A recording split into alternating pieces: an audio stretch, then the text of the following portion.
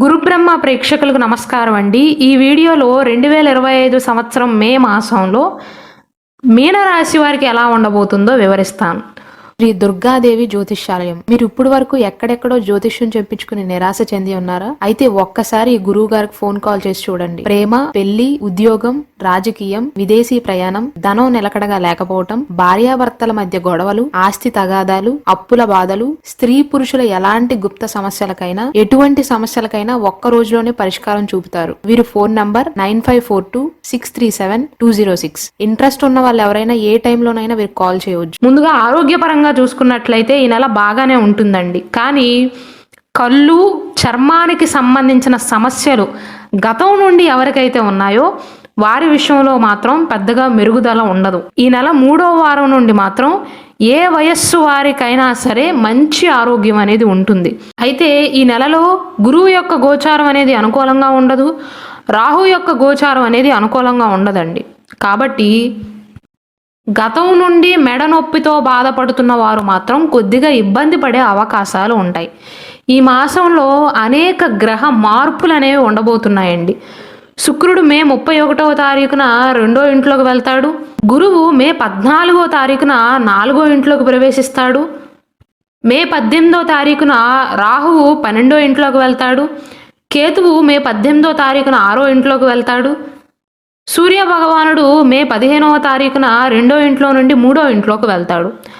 బుధుడు మే 7వ తారీఖున 2వ ఇంట్లోకి ప్రవేశిస్తాడు. మళ్ళీ మే 23వ తారీఖున మేషరాశి నుండి అంటే 2వ ఇంటి నుండి 3వ ఇంట్లోకి ప్రవేశిస్తాడు. ఈ మాసంలో అనేక గ్రహ స్థాన మార్పులు అనేవి జరగబోతున్నాయండి.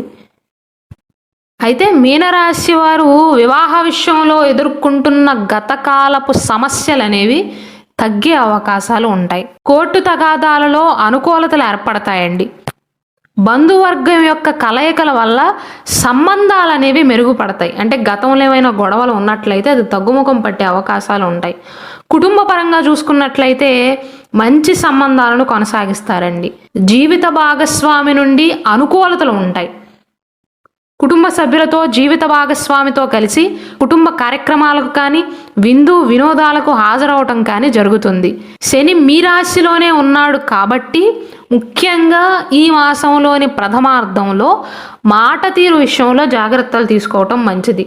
విద్యాపరంగా చూసుకున్నట్లయితే పరీక్షల్లో ఉత్తీర్ణతను సాధిస్తారు. పరీక్షల్లో మంచి గుర్తింపు, మంచి ఫలితాలను పొందే అవకాశాలు ఉంటాయండి. ఈ నెల మొదటి వారంలో మాత్రం చదువు విషయంలో కొన్ని సమస్యలు ఉండే అవకాశాలు ఉంటాయి. 2వ వారం నుండి చదువులో బాగా రాణించగలుగుతారు. 5వ ఇంట్లో కుజుని యొక్క గోచారం కారణంగా పరీక్షలు రాసే విషయంలో మాత్రం తొందరపడకుండా ఓపికగా రాయటం మంచిది. కంగారు పడవద్దు. మీరు చదివినవే తప్పు రాసే అవకాశాలు ఉంటాయి. కాబట్టి ఆవేశం వల్ల కానీ, తొందరపాటుతనం కారణంగా తెలిసి తప్పులు చేసే అవకాశాలు ఉన్నాయి. పరీక్షల విషయంలో మాత్రం విద్యార్థులు కొన్ని జాగ్రత్తలను పాటించాలి. అలాగే ఇంటర్వ్యూలకు హాజరయ్యేవారు సైతం అన్నీ నాకే తెలుసు అని తొందరపడకుండా ఆలోచించి సమాధానం చెప్పటం మంచిదండి. ఆదాయపరంగా చూసుకున్నట్లయితే ఆదాయ ప్రవాహం అనేది బాగుంటుంది. ఈ నెలలో కొన్ని ఊహించని లాభాలు కూడా ఉంటాయి. అయితే ధనాధిపతి అయినటువంటి కుజుని యొక్క గోచారం, గురువు యొక్క గోచారం అనేది కొంతకాలం అనుకూలంగా ఉండదు. కాబట్టి పెట్టుబడుల విషయంలో జాగ్రత్తలు అవసరం అండి. స్టాక్ మార్కెట్లో కానీ, షేర్ మార్కెట్లో కానీ పెట్టుబడి పెట్టవచ్చు, కానీ మితిమీరి పెట్టకూడదు. భూమి, స్థిరాస్తులు కొనుగోలు చేసే విషయంలో మాత్రం ఎక్కువ మంది దగ్గర సలహాలు తీసుకుని ముందుకు వెళ్ళటం మంచిదండి. పెట్టుబడుల విషయంలో మాత్రం ఆవేశపడవద్దు, తొందరపాటుతనం పనికిరాదు. ఉద్యోగపరంగా చూసుకున్నట్లయితే కెరీర్ పరంగా మంచి సమయం అండి. సహ ఉద్యోగులు, ఉన్నతాధికారుల యొక్క మద్దతు అనేది లభిస్తుంది. విదేశాలకు వెళ్ళాలి అనుకుంటున్నా, లేదా ఒక ప్రదేశాన్ని విడిచిపెట్టి ఇంకొక ప్రదేశంలో ఉద్యోగ ప్రయత్నాలు చేస్తున్న వారికి అవకాశాలు అనేవి బాగుంటాయండి. అయితే ఈ మీనరాశి వారు ఈ మాసంలో అనేక ప్రయాణాలు చేయవలసి వస్తుంది. కుజుని యొక్క గోచారం అనేది అనుకూలంగా ఉండకపోవటం వల్ల అపార్థం చేసుకునే వ్యక్తుల విషయంలో జాగ్రత్తలు తీసుకోవాలి. మీరు ఏది మాట్లాడినా ఎవరైతే ఎక్కువగా అపార్థం చేసుకుంటారో వారికి దూరంగా ఉండటం మంచిది.